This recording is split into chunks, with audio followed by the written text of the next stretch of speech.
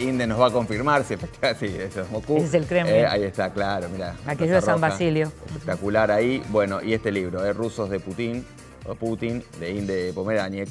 O Pomeraniec. Pomeraniec. No, de cualquier manera. Pomeraniec. Por eso Podría ser, ¿allá te dicen Pomeraniec o no? Sí, Pomeraniec. no, allá me dicen Pomeraniec. Ah, Pomeraniec. Claro. A propósito de allá, ¿cómo fue la investigación? ¿Cómo fue llegar? ¿Cómo fue salir? Volver ¿Cómo a fue el entrar. durante? Claro. Bueno, a ver, yo durante muchos años hice cultura en el diario Clarín y a partir del año 2001 empiezo a hacer política internacional. Por una cuestión de orígenes y por una cuestión de haber vivido en una casa, como cuento en el comienzo del libro, con un padre muy ligado a toda la cuestión comunista y demás, había algo histórico en términos familiares e histórico también en términos afectivos que me unía, si querés, a lo que tiene que ver con Rusia. Cuando empiezo a trabajar en política internacional, rápidamente empiezo a querer saber más de Rusia y de lo que había sido, digamos, la esfera soviética. Entonces me pongo a trabajar en eso. Era editora de política internacional, me pongo a trabajar en eso y ahí llega lo que es el primer viaje. El primer viaje yo lo hago para una elección presidencial, que es la elección justamente en la que se presenta Medvedev y en donde Putin va como primer ministro. Es decir, cuando a Putin la Constitución todavía no le permitía volver a ser presidente. Yo estoy... Al gobierno, Putin al poder. Exacto. Putin nunca se fue del poder desde el año 99, 20 años. Sí. Que llegó con Boris Yeltsin como primer ministro y después queda como presidente. Pero entonces en el 2008 yo voy y ahí, bueno, cubro la elección y ahí empiezo como a pensar en la posibilidad, bueno, acá hay un libro, acá hay un libro, acá hay un libro y efectivamente llego, me pongo a trabajar en ese libro, vuelvo a Rusia a los pocos meses ya pensando en el libro, a hacer entrevistas. Curiosamente, a mí me gusta escribir, pero yo creo que lo que mejor hago es producir, ¿sabes? Es algo que me gusta, que lo hago, que consigo lo que quiero cuando produzco, la verdad.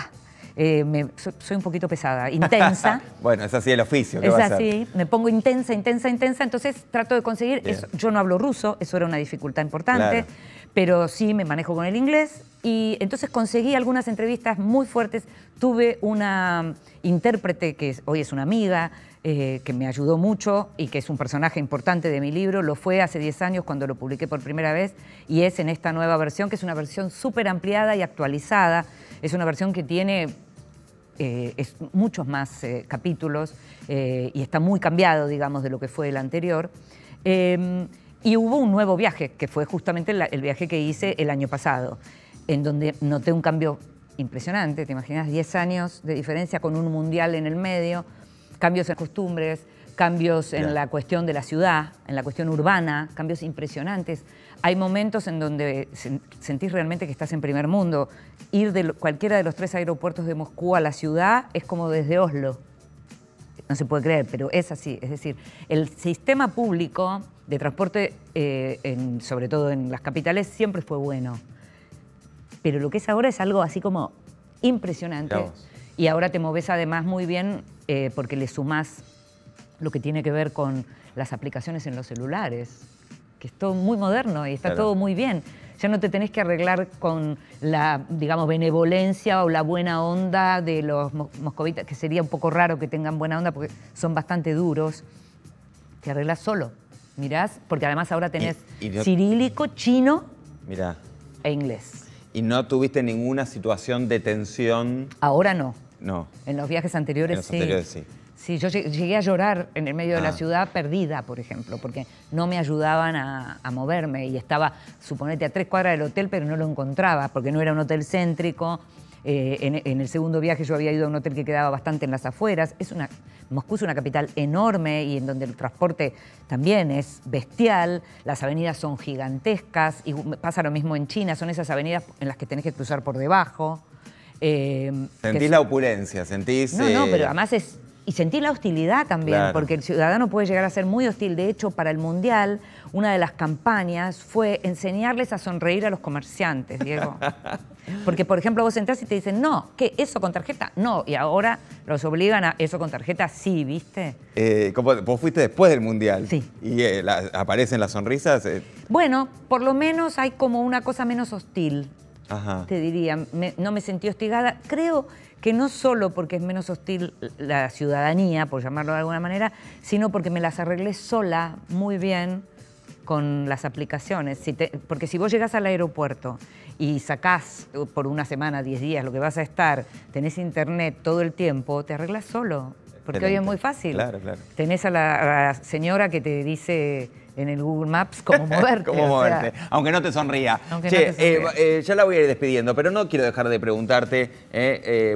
Vayan por este libro que es espectacular. Ahí está. Inde, no quiero dejar de preguntarte por la situación actual del periodismo. Sos una periodista de enorme trayectoria y la verdad que me gustaría conocer tu opinión de cómo estás viendo lo que está ocurriendo en los distintos medios de comunicación y con nosotros quienes estamos un poco al frente. Yo lo que creo es que, digamos, hay como diversas crisis. En el periodismo en general, en todo el mundo, es un momento de crisis o de clivaje, de cambios importantes. Creo que a la Argentina le sumamos algunos adicionales. La crisis es de todo orden, es tecnológica, es concretamente de la profesión, es económica. Me parece que está habiendo como un cambio sustantivo a partir de lo que son las redes sociales, no solo de Internet, sino lo que son las redes sociales, en donde además cada persona es su propio medio. O sea, me parece que hoy pesa más un influencer o una persona influyente que un periodista en montones de cosas. Me parece que hay que empezar a moverse de otra manera. Creo también que es un buen momento para escuchar a los más jóvenes, qué es lo que quieren los más jóvenes, sin dejar de escuchar a los que tienen más de 50, porque me encontré a lo largo de los últimos años con montones de productos, tanto en medios gráficos como de otro orden, que piensan cómo incorporar gente joven, lo cual está muy bien, pero al mismo tiempo parece que se olvidan que los de más de 50 seguimos leyendo los diarios, seguimos viendo televisión, seguimos escuchando radio. Entonces, ¿cómo hacer? Posiblemente un mismo programa es muy difícil que abarque todos esos públicos. Por otro lado, la cuestión de la credibilidad, que me preocupa muchísimo, porque efectivamente el periodismo sufrió un descrédito muy grande. Durante los años más duros del kirchnerismo con la expresidenta Cristina, actual vicepresidenta, lo que había ahí era un descrédito importante desde más arriba. Y entonces eso se hace muy difícil de revertir. Sobre todo porque del otro lado lo que hubo muchas veces fue, en vez de una respuesta acorde a nuestra profesión, fue una respuesta política que no correspondía.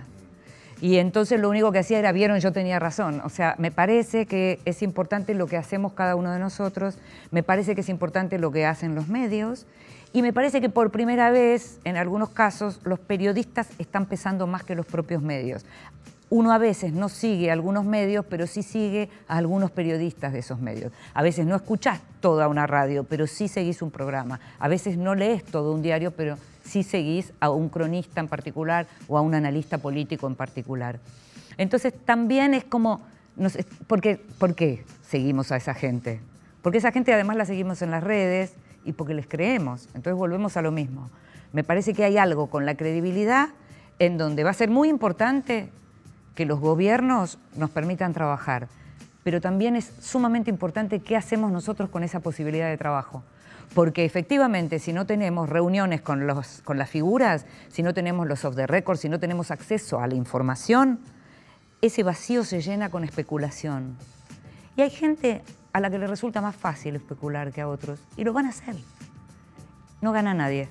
No gana el gobierno, efectivamente, pero no ganan los medios y no ganamos los lectores, ni los oyentes, ni los espectadores. Inde, muchísimas gracias. No, gracias a vos por lujo, invitarme, gracias. De verdad, muchísimas gracias.